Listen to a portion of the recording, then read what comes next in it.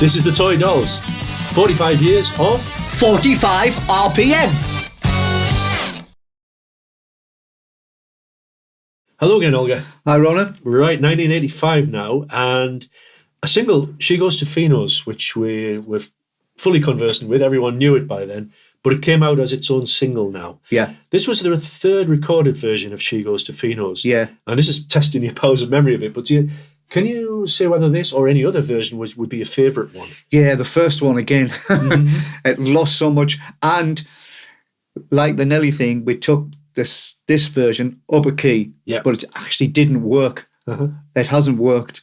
We play it live, but we don't do the version with the up key version thing. Yeah. I actually think we've recorded it about 5 or 6 times. Yeah. I've lost count. I think you're right. I think at the time it was the third recorded version, but there may be other ones since for 10 years of Toy And Dolls. I wasn't keen on the fade out now in retrospect, looking back, and I'm not keen. I don't like songs that fade out, to be honest. Ah, well, that's good to know. And at the time, this release was thought of, many people said to me, is it an attempt by the record company to capitalise on the success of Nelly a few months earlier? Is that how you remember it? Or, I mean, did you mind in particular that they I think it's putting out? Yeah, it's one of our decent songs. I thought it was a good idea to not necessarily capitalise on Nelly's success. I think it was just felt like that was the time. It was a few months after for it to do it. Yeah. And the single achieved very good UK sales by today's standards, but didn't climb the charts. It got about number 90. Yeah, and I think it's all about 150,000 people. Isn't that incredible? Like we joked one time we were having a pint, and so you could a boy band or some style like that now could sell about 10,000 copies and be number one in the UK charts. That's the way it is. Yeah, there was the whole thing of vinyl 45s was huge in the 1980s at that time, wasn't it? So just an unfortunate timing. Do you wonder if Fenos could have gone much bigger with a bigger record company or a different set of circumstances? Or possibly. It's always going to be there in our live set nearly all the time. So what's one of... Possibly, who knows? Possibly, yeah. We'll never know until you bring it out again next year, of course. We'll not be doing that. And on the B-side, Spiders in the Dressing Room, it sounds like a classic story of Olga at his best, telling a dramatic tale based on maybe once spotting a spider across the room. It was that. It was about that big, to be honest. It was in Felling, I think, near Gateshead, Newcastle area, in a club there, just before we went on. And I did have Dr. Martin shoes, and I did try to kill it. Yeah. But it got away. Yeah. Did you, at that party that night, did you play all your pop records and dance the night away? God, next question. Okay. But I think it is an interesting thing to spot a spider once, or for something to happen once in your life. And the way you've written the song, everyone thinks it's like a huge pivotal life. Yeah. I mean, it was written the next day, actually. You just happened to see one spider. Yeah. Also on the B-side, for the 12-inch version, you've got Come Back Jacky. That's right. Which follows We're Mad in making people think it was a more serious subject matter. Yeah. What was the origin of that song? Yeah, Jacky, he's R.I.P. He used to go away on these... He said it was a fishing trip. It was this old guy that we knew. But it was all... I don't know what it was. It was all Secret Service kind of thing. He could never tell his wife or his family exactly where he was going and when he's coming back. So we'd still never, ever know. Yeah. And this was a guy from South Shields or from Sunderland? He was from Sunderland. From Sunderland, yeah. Right. So we can't even get any further. It's just something... Yeah, it's all hush-hush, which is in the song. Hush-hush and make a fuss, yeah. Okay, now the cover design is quite intriguing here. This time, I wanted to ask about the role of Viz Comic. People will know Viz, it's a satirical, sort of jokey comic that's been going, about the same amount of time as the Toy Dolls, actually. Possibly, kind of late 70s finish.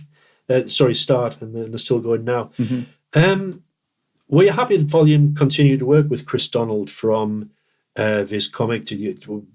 Were you worried about it? Did they say... Yeah, I was worried about it. How much say they would give you in this? Yeah, I was worried about it, but Chris come up with the ideas and I would say, well, just shove this on. I cannot draw. So he was good. Yeah, but you were able to work reasonably professionally and you'd come up with a rough idea and Chris would get cracking. Exactly. There was also, and this was, I think, a first, correct me if I'm wrong, a fun video for this single. There was a video. Yeah. I mean, it was very, very low budget, and it was made in Fenos itself.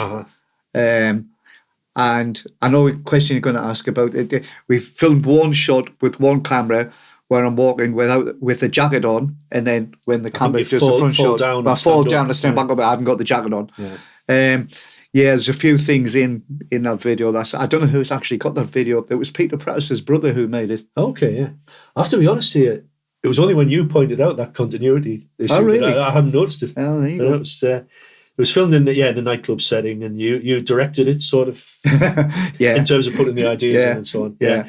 That's a steep learning curve. It was another string to your bow, really. How did you feel dabbling in video recording there? I would like to do it all the time if I really had the time. But, you need a team of people. You need a makeup team, you need a director, you need a producer. When you're just doing it yourself and acting in it, it's just too difficult. Well, even doing these recordings as we are now, the makeup team, hair and makeup. Exactly. How could we do without them? Yeah. The catering truck outside. That's it. Yeah, exactly. Took the words out of my mouth. Yeah. It must have been when. No, that's a Meatloaf lyric. We don't want to go there.